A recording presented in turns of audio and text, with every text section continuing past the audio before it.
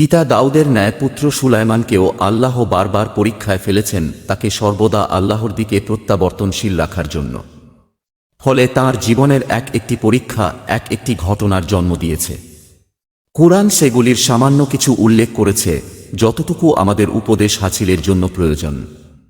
কিন্তু পথভ্রষ্ট ইহুদিনা ছাড়া পণ্ডিতগণ সেই সব ঘটনার উপরে রং চড়িয়ে এবং নিজেদের পক্ষ থেকে উদ্ভট সব গল্পের অবতারণা করে তাদেরই সগোত্র বনু ইসরাইলের এইসব মহান নবীগণের চরিত্র হনন করেছে।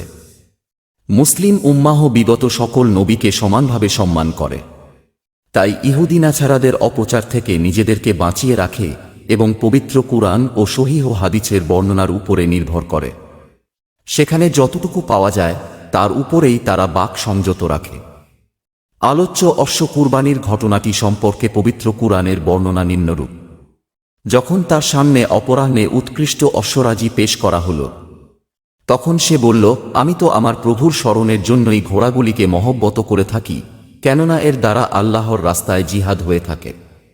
অতঃপর সে ঘোড়াগুলিকে দৌড়িয়ে দিল, এমনকি সেগুলি দৃষ্টির অন্তরালে চলে গেল। অতঃপর সে বলল, ঘোড়াগুলিকে আমার কাছে ফিরিয়ে আনো। অতঃপর সে তাদের গলায় ও পায়ে আদর করে হাত বুলাতে লাগল। উপরোক্ত তর্জমাটি ইবনু আব্বাস রাদিয়াল্লাহু এর ব্যাখ্যার অনুসরণে ইবনু জারিরের গৃহীত ব্যাখ্যার অনুকূলে করা হয়েছে। অনেকে উপরোক্ত তাফসিরের সাথে বিভিন্ন কথা যোগ করেছেন, যেমন ঘোড়া পরিদর্শনে মগ্ন হওয়ার কারণে হযরত সুলাইমান আলাইহিসসালাম এর আছরের সালাত কায়া হয়ে যায়, তাতে তিনি ক্ষুব্ধ হয়ে সব ঘোড়া কুরবানি করে দেন।